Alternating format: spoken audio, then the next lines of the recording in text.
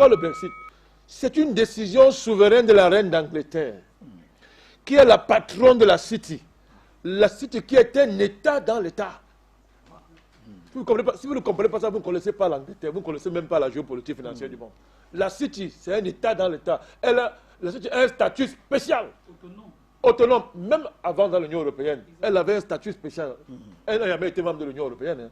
C'est parce qu'aujourd'hui, la reine d'Angleterre a seulement décidé que l'Angleterre doit se repositionner.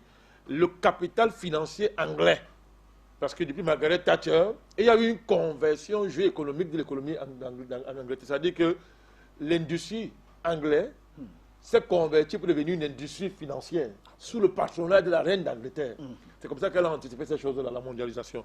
Donc depuis, l'économie, la City est devenue une place financière, un État financier à part, avec des privilèges spéciaux, et qui s'impose dans tout le système monétaire international. On connaît ça. Donc aujourd'hui, c'est quoi? C'est que les dynamiques géopolitiques au niveau mondial, et c'est là où il faut interpeller les Africains qui comprennent cette affaire. On fera le lien avec l'Afrique, on comprend bien. Parce que je ne partage pas les conséquences. Ce sont les conséquences primaires, ça, au niveau de l'Afrique. Donc, les dynamiques géopolitiques à l'échelle planétaire, depuis au moins 20 ans, 15 ans, aujourd'hui sont arrivées à un point culminant. Donc, il y a une redistribution, il y a un repositionnement de tous les États de puissance géopolitique au niveau du monde. Et ce repositionnement s'est traduit sur le plan financier.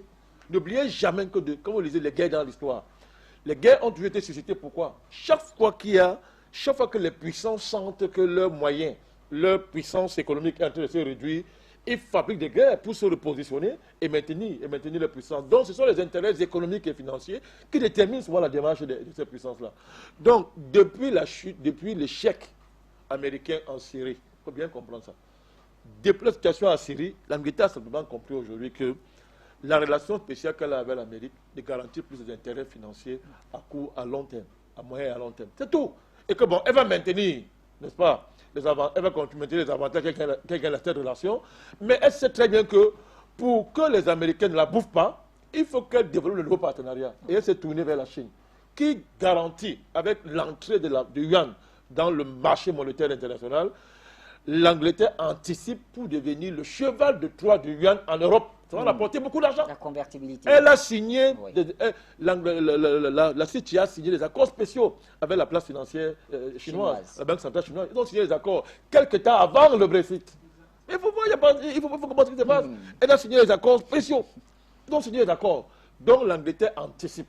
Alors pour le faire, elle s'en fiche de la France, parce qu'elle sait bien que la France s'appuie sur ses colonies. L'Angleterre n'a plus de colonies. C'est la France qui est, comme elle a dit, le dernier empire du monde. Elle s'en fiche de l'Allemagne, parce que chacun joue ses cartes. Donc tout ça, Bachir, va aboutir à quoi? C'est ça qu'il faut comprendre aujourd'hui. Ça va aboutir, c'est une question de temps. L'Union européenne va exploser. On ne peut pas rêver. Parce que la France, qu'elle veut ou pas, elle va être obligée de tirer les conclusions de cette affaire. Parler pour d'autres pays. L'Union européenne va exploser. Et on est dans un chaos géopolitique mondial dont il faut dégager le sens. Et c'est en cela que les Africains sont interpellés. Bachir, depuis que l'histoire existe, on sait comment les empires émergent et comment les empires tombent.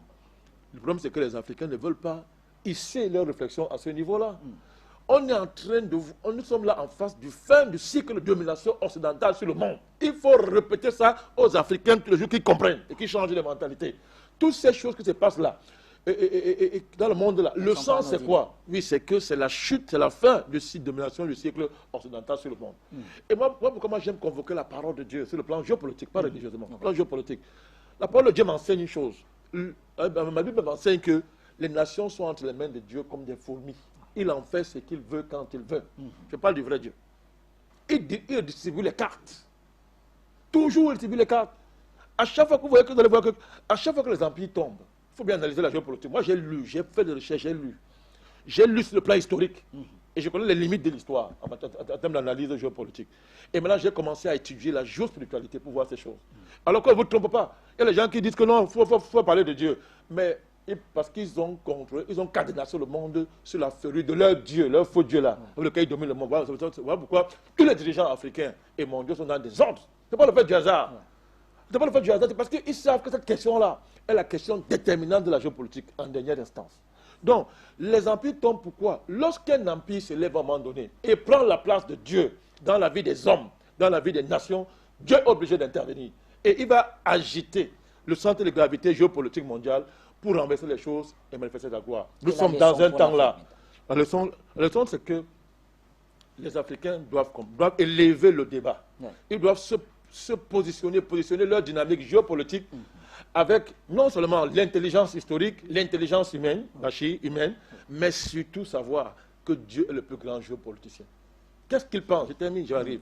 Qu'est-ce que Dieu pense? Qu'est-ce que Dieu dit? Faut tu veux savoir à un moment donné, Dieu pense quelque chose, il dit quelque chose. Il faut pas le sous-estimer. Donc, le sens de tout ça, c'est que c'est la fin du cycle de domination occidentale. Maintenant, il faut que l'Afrique, et c'est là où je viens maintenant sur les conséquences sur le continent africain. Les conséquences, ce n'est pas simplement l'impact économique qu'il y aura sur les pays qui commercent avec la Grande-Bretagne. Il a cité l'Afrique du Sud, le Kenya, tous ces pays-là et consorts. Non.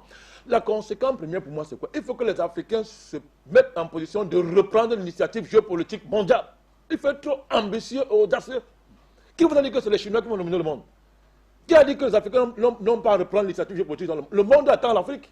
Tout ça a échoué. Nous sommes dans une impasse extraordinaire au niveau mondial.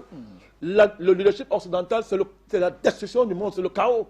Ce n'est pas la Chine qui viendra faire le contraire. J'aime bien les Chinois, j'aime mes amis russes. Mais qui a dit que les Africains n'ont pas le droit de reprendre l'initiative mondiale?